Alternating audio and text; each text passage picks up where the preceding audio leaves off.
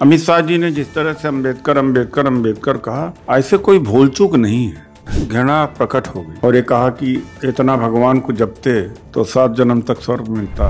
हजारों वर्ष से भगवान को ही तो जप रहे थे दलित लोग। मतलब कांग्रेस पर जितने आरोप लग रहे हैं वो निराधार है। बिल्कुल निराधार है। मायावती जी ने भी एक प्रेस वार्ता की, उसमें भी उन्होंने अमित शाह के बयान को कोट करते हुए एक छोटा सा विरोध करते हुए फिर कांग्रेस को कोसने लगी। नहीं, उनका एजेंडा है कि कांग्रेस को, और बेहतर है कि वो भारतीय जनता पार्टी ज्वाइन कर ले। ज्वाइन करने में देरी क्यों लगा रही है, मेरे समझ में नहीं आ रहा। साथियों नमस्कार, मैं आज आया हूं देश के बड़े दलित नेता डॉक्टर उदित राज जी के साथ बातचीत करने। सर, देश के अंदर माहौल बिल्कुल गर्म है। अमित शाह जी का बयान देश के अंदर वायरल है, दलितों के अंदर, पूरे देश के अंदर गुस्सा है। क्या कहना चाहेंगे इस बयान को लेकर आप? अमित शाह जी का नाम, अमित शाह जी ने जिस तरह से अम्बेडकर कहा, ऐसे कोई भूल चूक नहीं है। क्योंकि संविधान पर जब 2 दिन बहस हुई तो उसमें जैसे पहला संवैधानिक संशोधन है उसकी आलोचना किया, हिंदू कोड बिल की आलोचना किया। हिंदू कोड बिल में अमित शाह ने कहा कि इसमें तो हिंदू परंपरा थी ही नहीं। और फिर जो पहला संवैधानिक संशोधन हुआ था आरक्षण देने के लिए हुआ था, और दूसरा जमींदारी उन्मूलन के लिए हुआ था। और उसी जमींदारी उन्मूलन की वजह से भूमिहीनों को जमीन मिला, उसमें सर्वाधिक लाभ अगर मिला तो दलित आदिवासी को मिला। तो जो इन्होंने अम्बेडकर कहा तो घृणा प्रकट हो गई और ये कहा कि इतना भगवान को जपते तो 7 जन्म तक स्वर्ग मिलता। अरे 7 जन्म, हजारों वर्ष से भगवान को ही तो जप रहे थे दलित लोग, अभी भी जपते हैं। और 33 करोड़ देवी देवताओं की पूजा करते ही रहे हैं। मेरे ख्याल से कोई एक बाबू, एक सेक्रेटरी, एक चपरासी, एक सिपाही, एक क्लर्क, एक सरपंच नहीं बन पाया हजारों वर्ष में। पूनापैठ के बाद बनना शुरू हुए। फिर गांधी जी, नेहरू जी जिस तरह से बाबा साहब डॉक्टर अम्बेडकर को संविधान सभा में चुनवा करके लाए। दुष्प्रचार यह है कि पटेल ने कहा था कि डॉक्टर अम्बेडकर के लिए संसद का दरवाजा क्या खिड़की भी बंद हो गई। ये सब दुष्प्रचार है। आज़ादी के पहले संविधान सभा में चुन के डॉक्टर साहब नहीं आ पा रहे थे, क्योंकि जो डिप्रेस क्लास फेडरेशन थे उससे चुनाव हार रहे थे। तब जाकर के ढाका के बगल खुलना था, वहाँ से चुनाव लड़े थे। वहाँ पर दलित और मुस्लिम समीकरण से जीत के आए थे। लेकिन जब देश बट गया तब उनकी सदस्यता खत्म हो गई थी।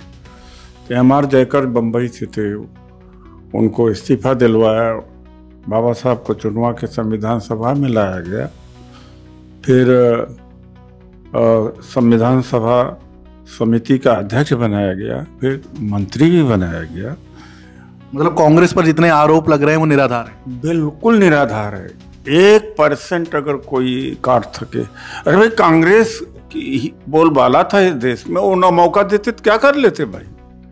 और हिंदू कोड बिल 1947 में जब पेश होता है तो अगर कैबिनेट न चाहती तो पेश कर रहे थे। और नेहरू जी और बाबा साहब का हिंदू कोड बिल में एक ही राय थी। लेकिन उस समय क्या होता था कि ये करपात्री थे, आरएसएस था, हिंदू महासभा था, जितने हिंदू संगठन थे, पूरे देश के वकीलों ने पूरा विद्रोह खड़ा कर दिया था। श्यामा प्रसाद मुखर्जी ने पूरे देश के अंदर नेहरू और बाबा साहब का पुतला जलाया गया था। केवल आरएसएस ने केवल पुतला बाबा साहब डॉक्टर अम्बेडकर का ही नहीं जलाया था, नेहरू जी का भी जला था, एक ही साथ जला था। और दोनों को बराबर दोषी माना था हिंदू कोड बिल के लिए।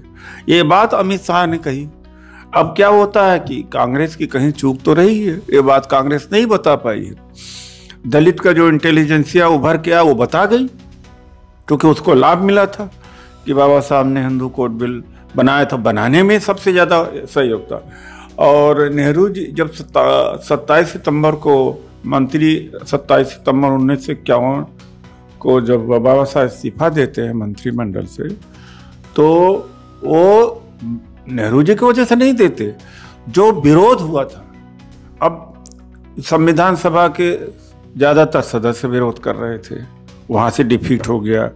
आरएसएस विरोध कर रहा, वकील पूरे देश के विरोध कर रहे थे, बम्बई से लेकर के कहाँ पटना, हर जगह वकील सड़क पर आ गए थे, विरोध कर रहे थे।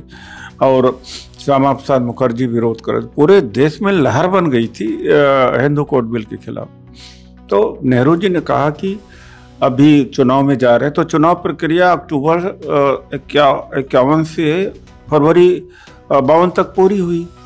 तो उन्होंने, नेहरू जी ने कहा था कि सरकार चुन के आने दीजिए, इसको हम पास कराएंगे। और पास कराया बाद में हुआ ही पास।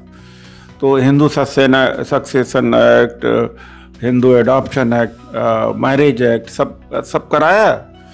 तो ये जो अमित शाह जी ने अपमान किया बाबा साहब डॉक्टर अम्बेडकर, तो अनायास नहीं किया। इसके बैकग्राउंड में यह है कि संविधान की प्रति जलाई थी लोगों ने, डॉक्टर अम्बेडकर का भी पुतला जलाया था।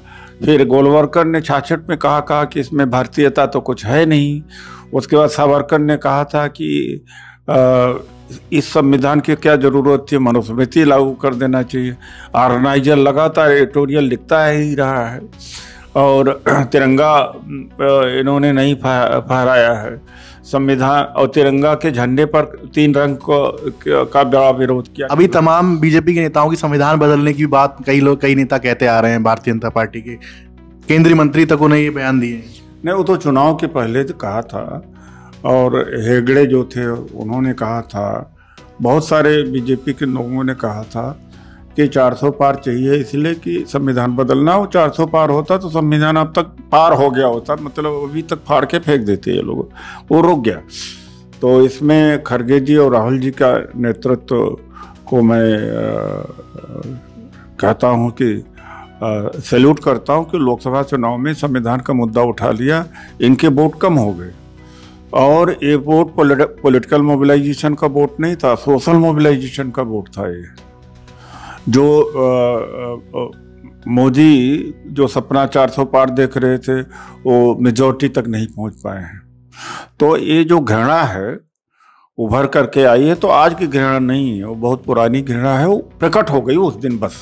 राहुल गांधी जी ने इस पर ट्वीट किया और बोला कि ये जो मनुस्मृति को चाहते हैं वो इसी तरीके के बयान डॉक्टर बाबा साहब अम्बेडकर के खिलाफ देंगे, और ये पुरानी इनकी घृणा है। मैंने बता दिया ना, पुरानी घृणा है। वो तो बड़ा डिटेल बता। राहुल जी ने एक बहुत अच्छा एजेंडा सेट कर दिया है देश में, मनुस्मृति बनाम संविधान। तो संविधानवादी एक तरफ हो जाए, मनुस्मृतिवादी एक तरफ हो जाए। लेकिन मुझे तकलीफ इस बात का, जो दलित एक्टिविस्ट हैं गुमराह है। भाई, कांग्रेस को जब आलोचना करते हैं तो बीजेपी को पहले बाद में करते हैं, कांग्रेस के पहले करते हैं। और जो आलोचक हैं उन्होंने क्या समाज को दिया है? समाज को ठगा, चंदा लिया, वोट लिया, नोट लिया, बैठने भी नहीं दिया, पैसा दे के टिकट दिया। उन्होंने क्या दिया? मायावती जी ने भी एक प्रेस वार्ता की, उसमें भी उन्होंने अमित शाह के बयान को कोट करते हुए एक छोटा सा विरोध करते हुए फिर कांग्रेस को कोसने लगी। नहीं, उनका एजेंडा है कि कांग्रेस को, और बेहतर है कि वो भारतीय जनता पार्टी ज्वाइन कर लें। ज्वाइन करने में देरी क्यों लगा रही है, मेरे समझ में नहीं आ रहा। और जब करना है तो ऊपर नहीं करना चाहिए, ईमानदारी से करना चाहिए। छुप कर वार करने से क्या फायदा होता है? और जब देखो तो कांग्रेस के पीछे लगे हुए। कांग्रेस ने भारत रत्न नहीं दिया।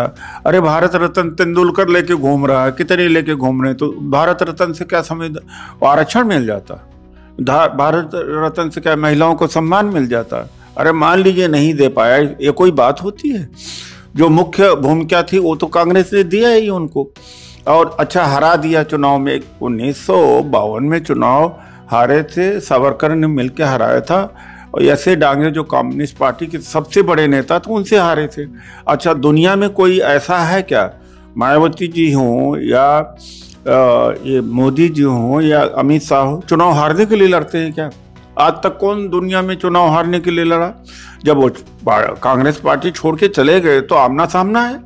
ये कौन सा आरोप है भाई? ये तो हद हो गया भाई, कि हरा दिया। ये तो मंद बुद्धि वाला ही आदमी समझ सकता है। इसमें क्या लड़ाई? दुनिया के डेमोक्रेसी में कोई हारने के लिए लड़ता क्या? सर आखिरी सवाल मेरा यह है कि जिस तरीके से राहुल गांधी जी जातीय जनगणना की बात कर रहे हैं, आरक्षण का कैप हटाने की बात कर रहे हैं, और तमाम जो दलित उत्पीड़न के मामले उसमें जाते दिखाई देते हैं, और देश के अंदर लगातार संविधान की बात, सदन के अंदर दलित समाज हाथरस के अंदर अभी हो गए, तो क्या इन सब मुद्दों को लेकर जो ऊपर लीडरशिप नीचे सामाजिक न्याय की क्रांति की आवाज उठा रही है, क्या कांग्रेस के अंदर बैठे दलित नेताओं को इसका लाभ मिलेगा, या किस तरीके से आगे की रणनीति रहेगी? बात दलित नेताओं के लाभ की नहीं, बात कांग्रेस को सत्ता में आने की। 25% भी कांग्रेस में कार्यकर्ता और नेता जो राहुल जी कह रहे हैं और खड़गे जी कह रहे हैं करने लगे तो बीजेपी उखड़ जाएगी इस देश। ऊपर सामाजिक न्याय की बात हो रही है, उसके नीचे बीच में नीचे नहीं हो पा रही है, वहां तक पहुंचाना, उसके बाद में बीजेपी अपने आप विदाई हो जाएगी। 85% आबादी बहुत होती है। बहुत बहुत धन्यवाद। मेरे साथ डॉक्टर उदित राज जी थे। साथियों, आप जुड़े रहिए द एक्टिविस्ट संदीप के साथ। नमस्कार।